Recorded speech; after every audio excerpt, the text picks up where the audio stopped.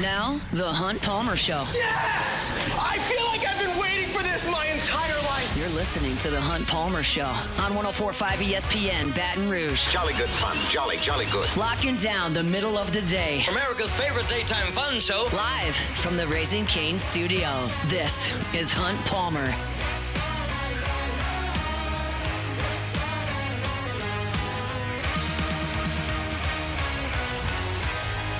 Welcome in! Hunt Palmer coming to you from the Raising Cane studio downtown in the capital city on this Tuesday. That means we're brought to you by Immense Networks Cloud IT Management. Jordan Kitchens, Cassie Spazzali back there on the ones and twos, and we are fired up you were here. Hope that work week's off to a good start. Two teams leaving town in Omaha today. One of them is going to be Georgia's or Texas.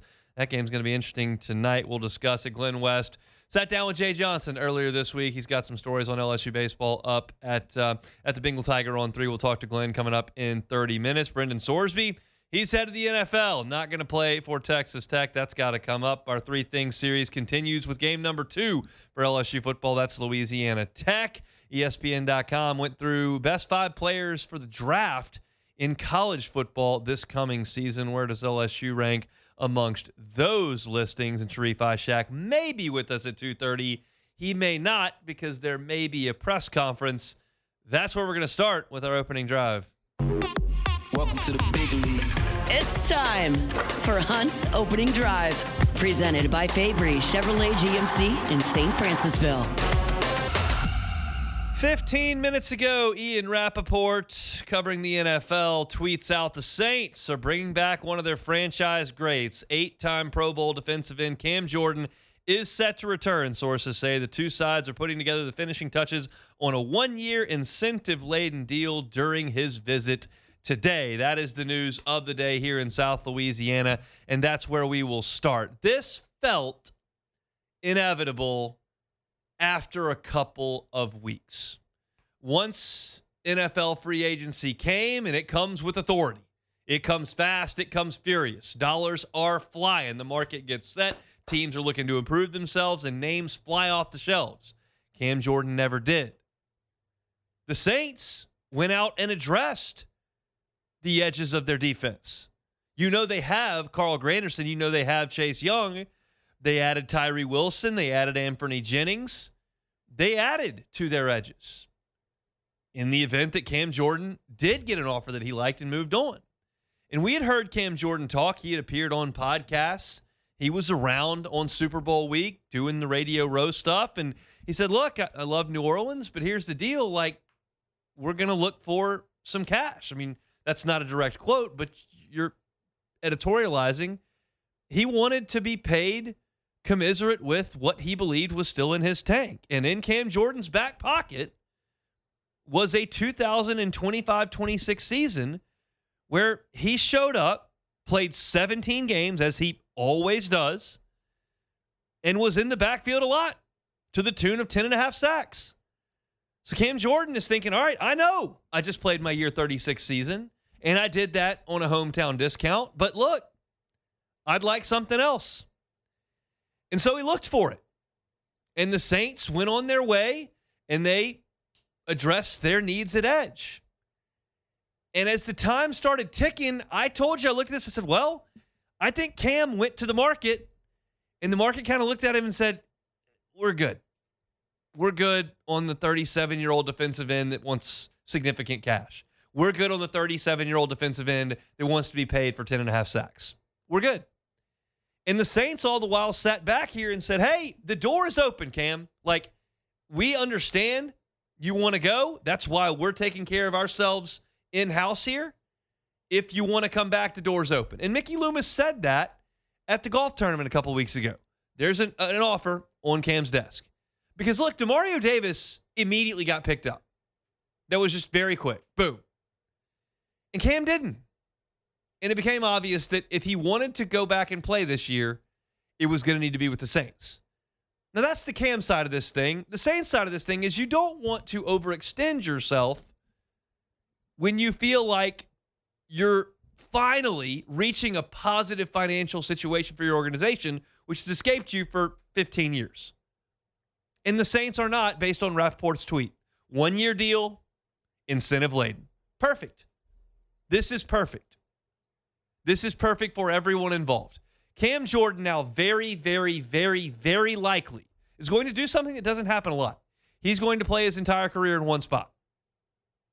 He's going to go into the Saints Hall of Fame. He's going to go into the Pro Football Hall of Fame as a player that played for one organization, the New Orleans Saints. That's great. He's going to positively impact the locker room with this growing culture under Kellen Moore and with Tyler Shuck. That's great. He's going to add to this defense when he's called upon. That's awesome. Look back at Cam last year. The Saints used him brilliantly. Because I looked at the snap counts on Pro Football Focus. Cam Jordan played 589 snaps. Carl Granderson, who also played 17 games, played 763. That's another 180 snaps. Chase Young played 5 fewer games than Cam and only played 47 fewer snaps. So you were using Cam Jordan as a rotational third defensive end to give you the best he has as that's available. He played a little bit more when Cam Young went down, obviously. Chase Young, Cam Jordan. There is a Cam Young. That's golf. We're not talking about golf. Chase Young, when he went down, Cam Jordan played more. And you look at the PFF grades for Cam Jordan. 76 overall on defense. A 76. You look at him against the run. Can still do it. 82.1. That is a fantastic run defense grade. And it's not a small sample size. 235 snaps against the run. 81 grade. His tackling was good. The pass rush grade actually isn't that great on Pro Football Focus, just 59.5, but it was productive at 10.5 sacks. I don't believe you're getting 10.5 sacks out of Cam Jordan this year. But I think you're going to get somewhere in the neighborhood of 500 snaps from him. Maybe it's closer to 350. And you'll get a guy who can still set the edge, who can still rush the passer at times, who can keep your other younger defensive ends fresh at times, can be a great leader in the locker room. I don't see a downside here. There wasn't a huge downside if Cam Jordan had left, if he had gone somewhere else. DeMario Davis's legacy in New Orleans is not tarnished at all because he's moved on. And Cam's would not have been either. No one would have faulted him. So that wouldn't have been a huge bad. The only bad thing the Saints could have done would have been early on in free agency, overextending, reacting to 10.5 sacks with some sort of 2-year deal with a massive base and guarantee. That would have compromised the Saints' financial situation, probably to a small degree. Cam Jordan was never going to command an astronomical amount of money at this age, but that would have been the only downside here, and you've escaped it.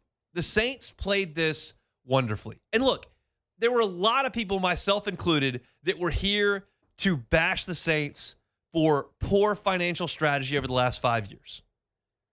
You want to bash the Derek Carr signing? Get after it. You want to bash the way they handled things late in the Dennis Allen era, trying to cling on for dear life to the Dennis Allen era? Have at it. I didn't like the Alvin Kamara deal. And now they're looking like they may get out from under it.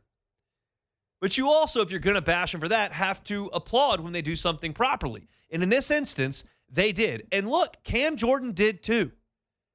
If he felt like he wanted to explore for really the first time in his career, who's going to fault him for that?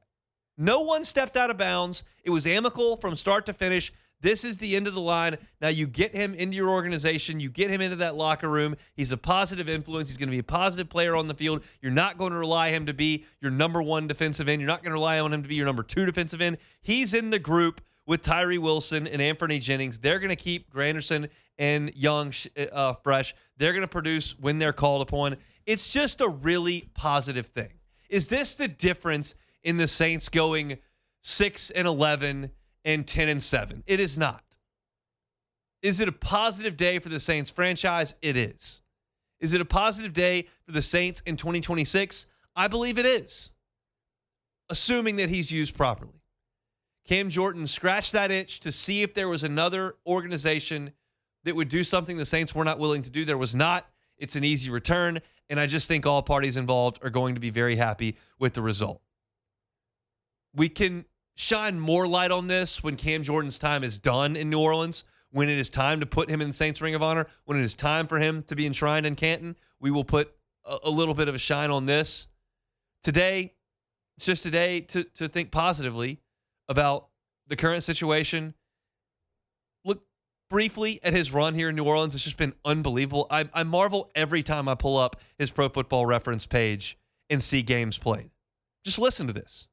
16, 16, 16, 16, 16, 16, 16, 16, 16, 16, 16, 16, 17, 17, 17. That is unfreaking believable. And he's got the numbers to go with it. 132 sacks, all of them in black and gold. And whichever ones come in the rest of his career, those will come in black and gold as well. They certainly will this year. Cam Jordan going to ink a deal with the New Orleans Saints to return.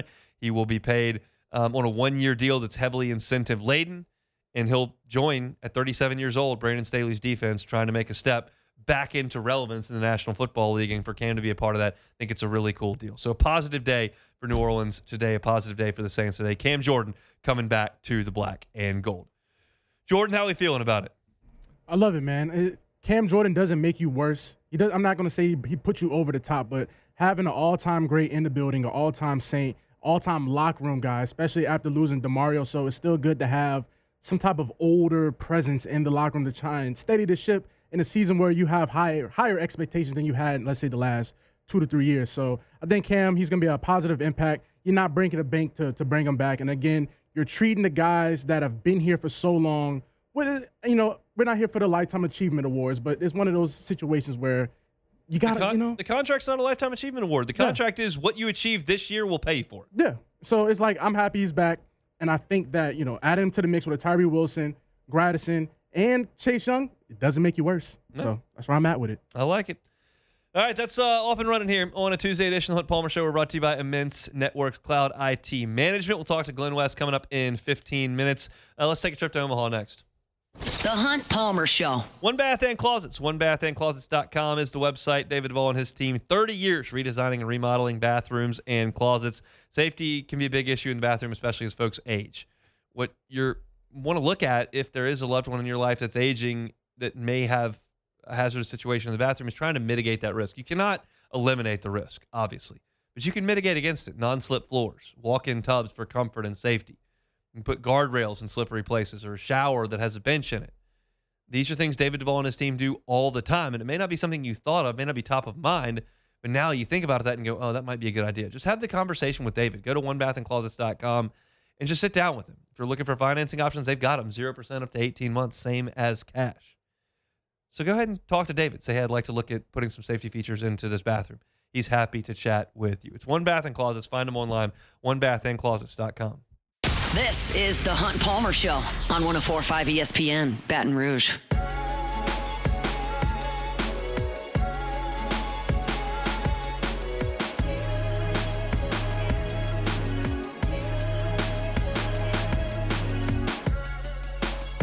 Tuesday show is brought to you by Immense Cloud IT Management. They're online at immense.net, immense.net. I sat down with my friends from Immense at lunch just about an hour and a half ago. I had a great conversation with them. If you've been paying attention to the news here locally, you understand that cybersecurity is a big deal. And if it's not taken seriously, it can create some real problems, and they can be very expensive for your business. If you may have been kind of on cruise control, maybe on autopilot when it comes to cybersecurity in your business, you need to partner with someone and make sure that's taken care of. And Immense is very, very happy to do that. You need protection. Immense can absolutely offer that. If you've got employees who could be compromised if there's a cyber attack, you've got clients that could be compromised if there's a cyber attack, it's a big issue. And Immense is there to walk you through it every step of the way and be proactive in doing it. That's what you get when you work with Immense. It's not just the IT, oh, my computer's frozen, oh, my mouse doesn't work, oh, I can't get into this drive. There are bigger issues at play here when it comes to IT, and Immense is monitoring 24 hours a day, 7 days a week to make sure you're protected and ahead of the game. It's a proactive measure. And yes, you will agree to a partnership with them, but you don't have to get locked into a 2-year contract. You don't have to get locked into a 1-year contract. They're month-to-month at Immense, and they earn what you pay them. So if you're looking for IT support, trying to make sure you're not exposed to cyber threats, let Immense help. They're online at immense.net, immense.net. They're here in Baton Rouge, and they can help you. It's Immense Networks Cloud IT Management. They bring you our Tuesday shows each and every week. Well, look, y'all were on Twitter yesterday. Y'all were firing away. Y'all were going, Hunt, you're an idiot. Why would you say that? That's not very nice. But you were saying that because Oklahoma won, and I told you they had no chance, right? I thought they had no chance. Thought Ole Miss would win it. They didn't win it either. Everybody's going, Hunt, you're a clown. Why would we listen to you? Well, I don't have a good answer for you. I thought Oklahoma was bad, okay? I apologize up front. Well, it's not up front. It's after the fact. But I apologize now for this. I didn't see it coming. I did not see an Oklahoma team that lost more SEC games than it won, 14 and 16 in the league, went to Hoover, got beat by LSU. Did you see LSU play this year? That was my last snapshot of Oklahoma prior to the NCAA tournament. Oh, by the way, the Sooners lost their last 4 SEC series. Well, how'd they do overall in the 30 SEC games, Hunt? Well, I'll tell you. They were 11th in the 16-team league in home runs. They were 12th in runs scored. They were 10th in doubles. Not very good. So they must have pitched it great, right? They pitched it awesome all year, right? Because they weren't very good on offense. 11th in home runs, 12th in runs. They were 10th in doubles. They pitched it great, right? Well, they were 15th in ERA, second to last in league games. 13th in walks. Only 3 teams walked more. Yes, your Fighting Tigers were one of them. 13th in home runs allowed. So, Hunt, why didn't you see this coming? Why didn't you know they were going to go to Atlanta and beat the second best offense in the sport? Outslug them. This is a team that was 11th in home runs in SEC play. Hunt, why didn't you know that they were going to show up in Omaha and throw 2 true freshmen out there who just shoved? Cord Rager, freshman, who LSU lit up at the box earlier this year. In the postseason, 19 innings pitched, 3 earned runs, 22 strikeouts, and 1 earned run. 1 walk. 3 earned runs, 22 strikeouts, 1 walk. Cord Rager. Why did I see that coming? I should have seen that coming. Why didn't you see Xander Mercurius dominating Georgia into the 7th inning last night? Why didn't you see that? Well, Xander Mercurius didn't really start for Oklahoma most of the year. He's a freshman. Skip Johnson's like, yeah, go out there. Cam Johnson, you started a bunch of Fridays. Sit down. LJ Mercurius, you were our ace early in the season. You're out of the bullpen now. We're going with the freshman. I should have seen that coming. That's on me. I should have said that's the team that was going to take down Georgia. The Georgia Bulldogs, who won all 4 non-conference weekends, who won all 9 of 10 SEC weekends, who won the SEC tournament, won the regional, won the super. Should have seen that coming. That was my bad. I should have seen it. I didn't see it. This is college baseball. This is why I love it. Because yes, there are instances where LSU has a terrible season like this year, and they go 9-21, and they don't make the tournament, and they never really get better. And there are instances where LSU starts very poorly, starts 3-12 in the league like 2024, and claws their way back into it, but they've dug themselves too big a hole. They've got to go to North Carolina, and they don't have enough juice to get by North Carolina. But the thing that draws me into this sport so much every single year is that just because you play poorly for 6 straight games doesn't mean you're cooked. Now, if you read Tiger droppings after LSU plays 2 bad weeks, you will assume they're cooked. I promise they're not. Oklahoma went 14-16 in the league. They lost their last 4 weekends. Imagine this town if LSU lost its last 4 weekends of the season. Imagine. Do you think there would be one optimistic person? Probably not. But the fact of the matter is that Oklahoma can break down the door and get in. That Troy can break down the door and get him. Troy had a losing record after 42 games this year. Losing record. Not like, oh, they played bad for 2 weeks. Losing record. They're still in Omaha.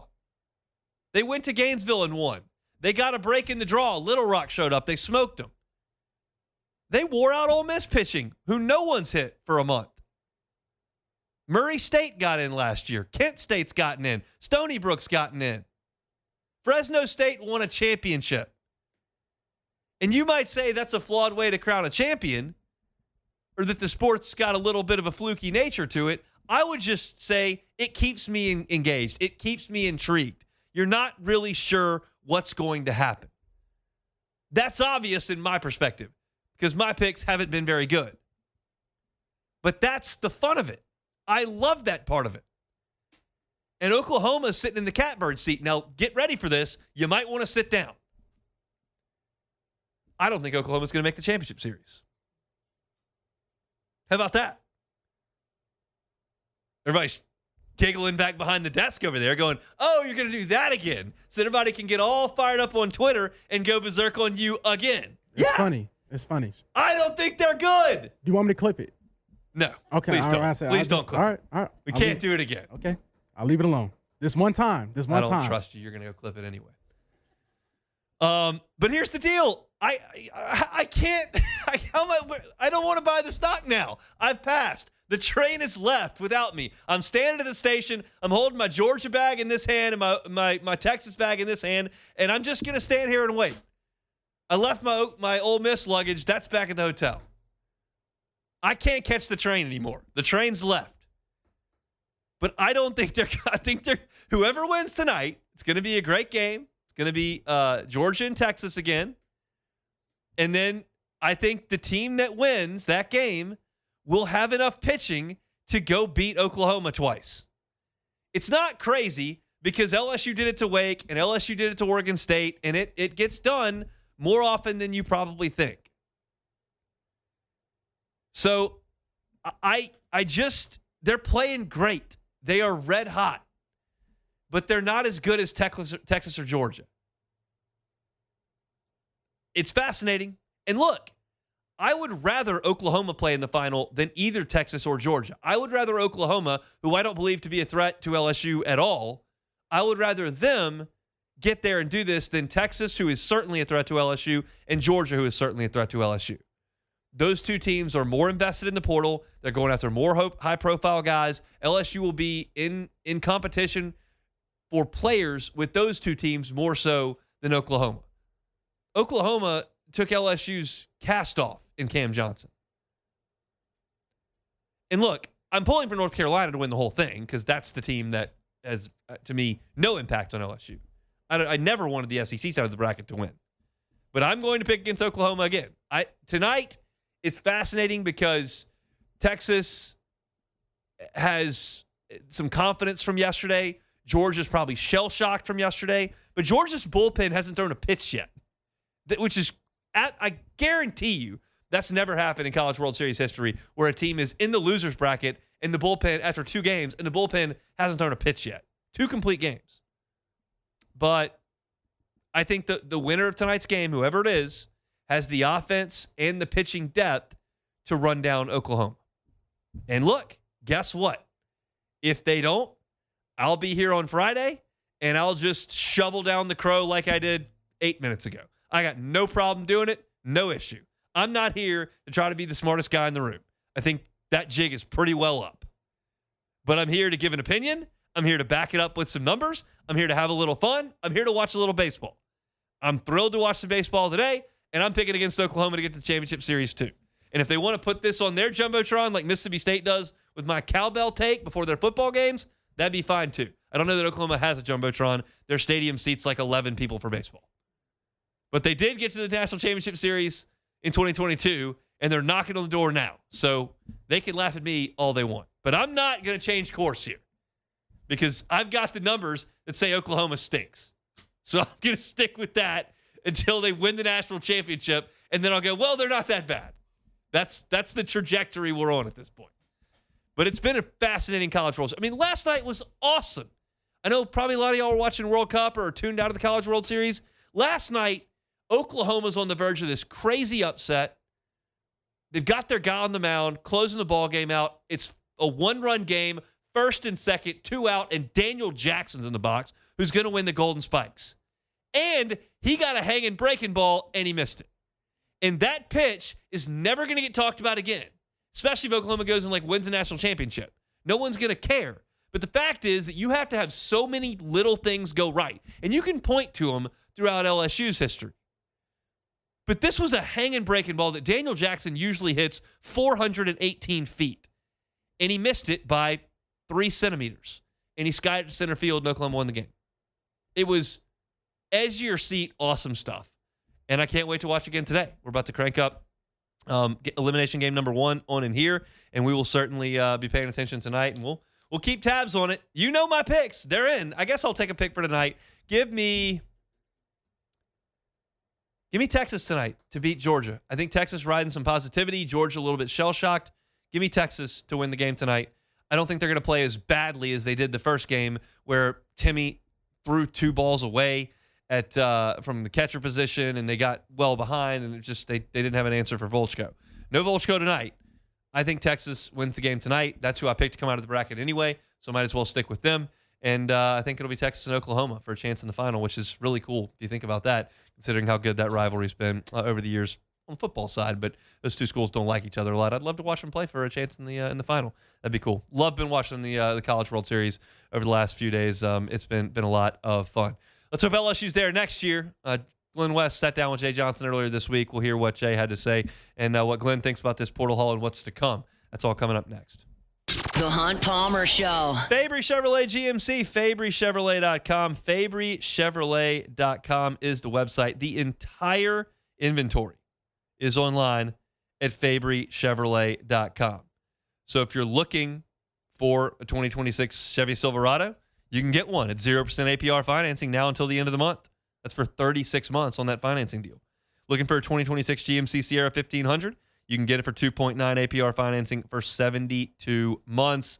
And look, if you're looking for a Chevy Trailblazer, Chevy Trax, as low as $30,000, they're available right there at FabryChevrolet.com. You can search the inventory by new and used. You can search it by make and model. You can search it by mileage. You can search it by price.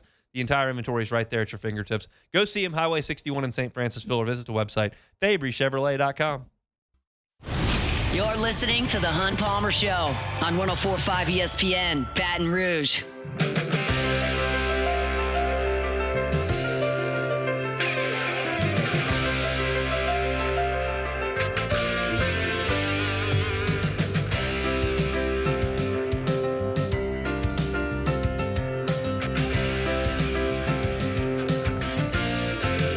West Virginia and Troy off and running in Omaha on this Tuesday. They are scoreless as they play in the top of the second inning. Loser leaves town. Winner gets a date in the winner's bracket. Going to have to come back and beat North Carolina twice to advance to the College World Series final. Tigers not in Omaha. They're trying to get back next year. To do that, they are working the transfer portal extremely hard. Jay Johnson's been all over the place over the last 3 weeks, and recently this week, he sat down with Glen West, Bengal Tigers on 3, LSU senior writer. He's with us on Tuesdays, joins on the Jim's Firearms Hotline to discuss a little bit of that. Glen, how are you? I'm doing great, hon. How about yourself? Doing all right. You talk to Jay Johnson a few times a week for 14 weeks during the season. How was he this time around? He's pretty upbeat, I must say. He was pretty excited about what LSU is bringing to the table here with the transfers that they've signed to this point. I will say a little side nugget. We were in there in his office for about 20 minutes or so, and the Texas game was on yesterday in his office, and he was glancing up at it every couple minutes, and you can just tell it's itching him. It's really biting at him that they're not there right now. I think he builds his entire life around going to that place, and has certainly worked these last couple weeks to make sure that this team in 2027 has a pretty good shot of going back there. He said he didn't know if he could watch it. I had a feeling that it might sneak onto the television. It probably feels a little bit better now that he knows more of what his team's going to look like. He gave a profile of what he was looking for in April and May once LSU kind of realized the die were cast on this team. How do you feel he's addressed that? How does he feel he's addressed that? Yeah, I think that they feel really good about what they've addressed there. I think they realized pretty quickly that they needed to go get some star-level players out of the transfer portal. Maybe not a 9 or 10-man class of portal additions, but about 5, 6, 7 really good additions that they can really add to the center of this thing in 2027, and they've gone and they've done that. And they've landed obviously Dawson Park and Cade Kurland in the infield, Dino Waters and Jason Wax out of in the outfield, and then Landon Hoods are going to be a really impact player for them out on the mound out of Gonzaga. So they feel like they've got 4 plug-and-play starters on the position player side. The pitching side, I think they feel really, really good about what Hood's going to be able to do to come in and compete with guys like Kason Evans and William Schmidt, Marcos Paz, Cooper Moore, that kind of core group of pitchers that are going to be returning for them next spring. They really like what they've done here in the portal so far, and I think you could maybe see them add around the edges here 1 or 2 more pitchers, and then call it a day in the portal and focus their attention now on the MLB draft and which high school guys they can get through that process. Did you get the sense that Stephen Milam surprised him? I think that they were working on that, and I think they were working on that while they were recruiting Dawson Park, but nothing was official at that point. So they recruited Dawson Park. That was one thing that Jay did tell me yesterday. They recruited him there with the intention that he was going to be, kind of that shortstop guy, and they feel like he can play shortstop for them. But then the Milam thing came together really over the course of a matter of days. Stephen was telling Coach Johnson even back in April and May that he felt like, hey, this is something I really want to consider and try coming back, and can we make this work? And Coach Johnson kind of told him to go home for a few days and think on it. And after going home and talking with his family, this was something that Stephen Milam really wanted to do. And so they got down to the brass tacks of making it work, and that's just such a massive piece here because I think that he's somebody that you could just instantly plug and play back into that shortstop spot and not think twice about it. Can't tell you how many times this past season I watched Stephen Milam make a great play and then looked over to the dugout and just see Jay Johnson shaking his head in disbelief. I mean, he just had an all-timer defensive season at shortstop, and I thought made really great strides at the plate this year as well. I can already just go ahead and forecast the press conference answers that are coming in April and May of next year, where he will start to say, "I can't imagine playing without Stephen Milam." That's coming. You can go ahead and pencil that one in. We're learning Jay Johnson-ese over the last half decade, and that's coming. That's coming to 11 months from now. I'm curious your thoughts. We've read a little bit from you on your conversation with Jay. We've heard his interview with Michael Cauble as well. And the sense seems to be that he feels confident in the returning pitchers and their improvement. Yeah. Did you chat with him about that, and kind of what's your read on LSU's pitching staff moving into 2027? Yeah, I did. I that was one of my first questions to him was just, when you sat back and did your full-scale analysis on the pitching staff, just what gives you and Coach Yeskie the confidence that this is still the core group of guys you want to build around? And he essentially said they have a lot of confidence and a lot of faith in these guys. I mean, Kason Evans showed it as a freshman. There were some moments this last year where he showed real progress, throughout, his start against Oklahoma, for example. It's going to be about the consistency element for these guys. I mean, for Evans, for Schmidt, for Marcos Paz, for Cooper Moore, these are guys that are highly, highly talented and very special players, guys that you could certainly, a year from now start hearing go in the first, 2 rounds of the MLB draft. And it's just about, honing in those talents and making them more consistent. But he feels really good about that core group. A part of this thing is also going to be about this freshman group and which high schoolers they can get through the draft, because I do think that they feel like there are some really impact pitchers that could come in as freshmen and impact this team. But when you talk about some of the guys that they have coming back, and then you also throw in some of the lefties like Cooper Williams, Ethan Plog, Danny Lockenmeyer, those are guys that, probably didn't have the seasons that they wanted in totality, but they feel like can develop in this program for another year and be contributing pieces for this team next year as well. So they feel really good about this pitching and just kind of what needs to happen next for each one of those guys. And I think that, like I said, you'll see maybe 1 or 2 more additions in the portal from the pitcher side, but I think that a lot of the big damage here from going forward from an added talent perspective is going to be what they're able to get through this high school class. Glen West is our guest. He's senior writer over at the Bengal Tiger, part of the On3 team, which he joined earlier this month. If you want to read his stuff and sit down with Jay Johnson, you can find it there at the Bengal Tiger. I want to get to the freshman class coming up here in broad terms, but I would like to drill down one thing as well that you probably discussed with Jay, and it's Landon Hood. I thought that his comments in your story today were pretty pointed. You saw him actually saying those words, which sometimes can carry more weight than words in print. What does he feel they got out of the right-hander from Gonzaga? Yeah, an instant impact guy, and I think somebody that, whether it's in a starting role next year or in a meaningful bullpen role, I think Jay Johnson believes that LSU has one of the best pitchers in the transfer portal, and certainly one of the best pitchers that, kind of young pitchers that's coming up right now in college baseball. They identified him pretty early on in the transfer portal process as a guy that they felt like was kind of a must-get for them.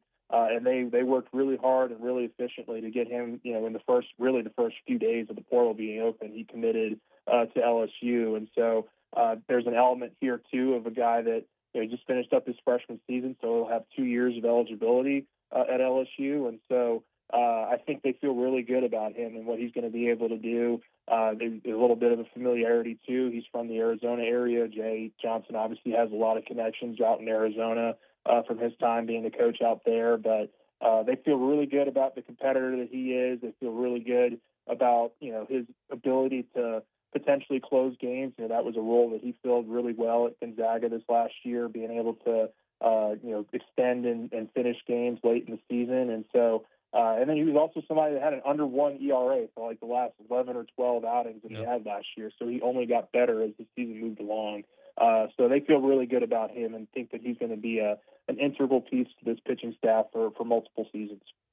And then last one here, just in broad terms, I know that Jay was really disappointed with how the Major League Baseball draft went last year. He has said that multiple times in public. And so you're trying to guard against that this year. One thing they've done is they've got more players in this signing class to help guard against that. But what do you sense his confidence level is in general entering the draft, where his class is sure to be under siege? Yeah, I think he has a guarded confidence this year. Like the one thing he did tell me, like the MLB draft again this year has, the MLB has allowed teams to just pour more and more money into the draft this year, even from last year. So there's some risk there that LSU could lose some of those players in the draft because these teams just have so much money. But I think that they feel pretty confident with a lot of the guys that they've recruited here. They're going to lose some. They're probably going to lose a couple of the outfielders. They'll probably lose some of the high-end pitching prospects. I think maybe safely 6 to 8 guys is maybe what they're thinking, or what a lot of the projections have as potential guys that could potentially leave, or sign professionally. But that also leaves a potential 15, 16-man class here that you're bringing in as freshmen as well. And maybe there's 1 or 2 surprises in there that they can get done, between now and draft time. So they feel pretty good. I think overall they obviously signed a much bigger class this year with that in mind. And I think that they feel really good about the makeup of a lot of these players, and that the development process for these players is better going through LSU than through minor league baseball. I think that was something that they really put a focus on here in this recruiting class, is guys that feel like college might be the best route to develop, as opposed to just swinging for the fences and getting all the top high school signing class guys. Glen West is our guest, senior writer for the Bengal Tiger, part of the team over there on 3. You can read about it all there at the Bengal Tiger. Glen, thanks for the time, man. All right. Thanks, Hunt. We'll come back and close out our number 1. New news out of Lubbock. That's next. The Hunt Palmer Show. Lifetime Roofing, lifetimeroofingla.com, lifetimeroofingla.com. It's going to rain a lot over the next 4 days, right? Flood warnings everywhere. If there appears to be an issue, you've got leakage that you didn't know about, but all of a sudden it shows up during these torrential days of rain, well, contact my friends at Lifetime Roofing. They'll go up and they'll inspect that roof. They'll look at the damage. If you just need a repair, they'll do the repair.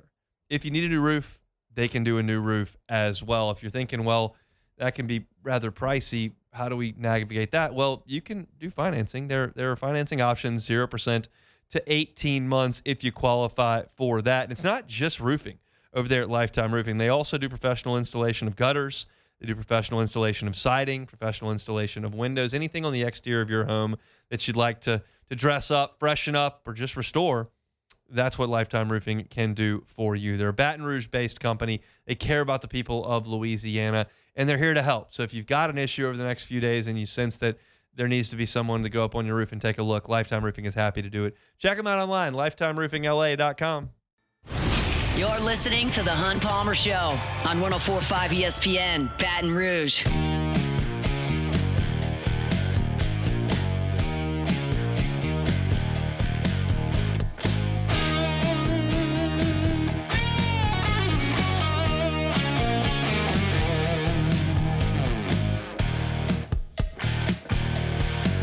Shout out Marucci.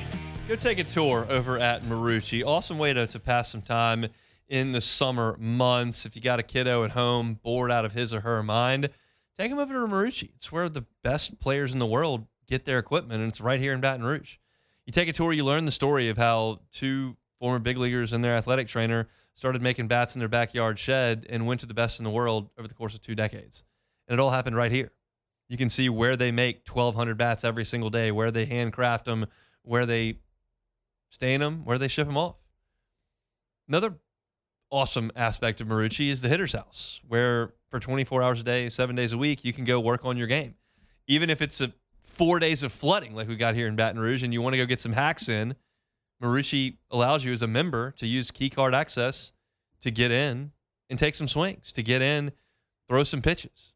It's all there at the hitter's house. So go take a tour of Marucci. You can get tickets online at maruccisports.com. All right, Brendan Sorsby is headed to the National Football League. It was just a matter of time, I think, at this point. Texas Tech tried to hold the line as best they could, and ultimately they had to buckle to just ferocious pressure, not just from social media and Twitter, where we all had the exact same reaction, was like, no chance. But also their own conference is stepping up going, this cannot stand. And credit Brett Yormark and the leadership at the Big 12 for holding Texas Tech's feet to the fire. Right now, that is a rudderless league that Texas Tech has kind of taken command of. Texas and Oklahoma ran the show there for 2 decades. And so when they left, there was a void at the top, and it was kind of everybody's league, which is exciting, but also like, okay, who's going to be the cash cow here? Who's going to be our brand? And Texas Tech, because of the rules and their very generous donors, but one specifically, have grabbed the bull by the horns. And they've become a really good football program that attracts NFL talent. And they've become an elite softball program. And they've put money into their basketball program that was really good this past year. And they're taking things very seriously, and they took Brendan Sorsby very seriously and paid him north of $5 million to come to Texas Tech and be the quarterback. And then found out he had broken the cardinal sin of the fabric of athletics. And they were trying to hold the line. Texas Tech was trying to hold the line. And the Big 12 could look at Texas Tech and go, that's our cash cow. They're going to make the playoff. They could win playoff games. They could improve our playoff shares. They could drive revenue up. They could be a big piece to our financial puzzle. But this isn't right. And the other members of their conference stepped up and said, we got to do something about this. And the Big 12 did.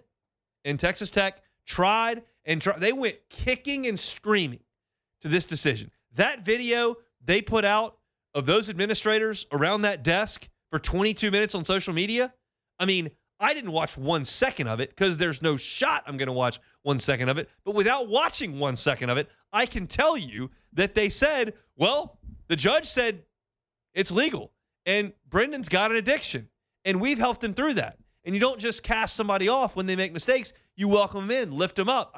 All this contrived garbage that is just the language being, we'd like to win football games. He's good at winning football games. We'd like him to win football games for us. That's what the video should have said. Instead, they probably dressed it up with a bunch of stuff the attorneys told him to put. Nobody's buying it. Nobody bought any of this stuff except the judge. The judge bought it and made a ridiculous ruling. And we all sat there and went, huh? You're going to let someone who's compromising the integrity of sports go play? No, can't happen. And the Big 12 stepped up, and finally Texas Tech Said, okay. Brendan Sorsby will be okay. It's a big payday loss for him, I'm assuming. I'm assuming he's not going to get the full scale of that deal at Texas Tech. If he does, more power to him.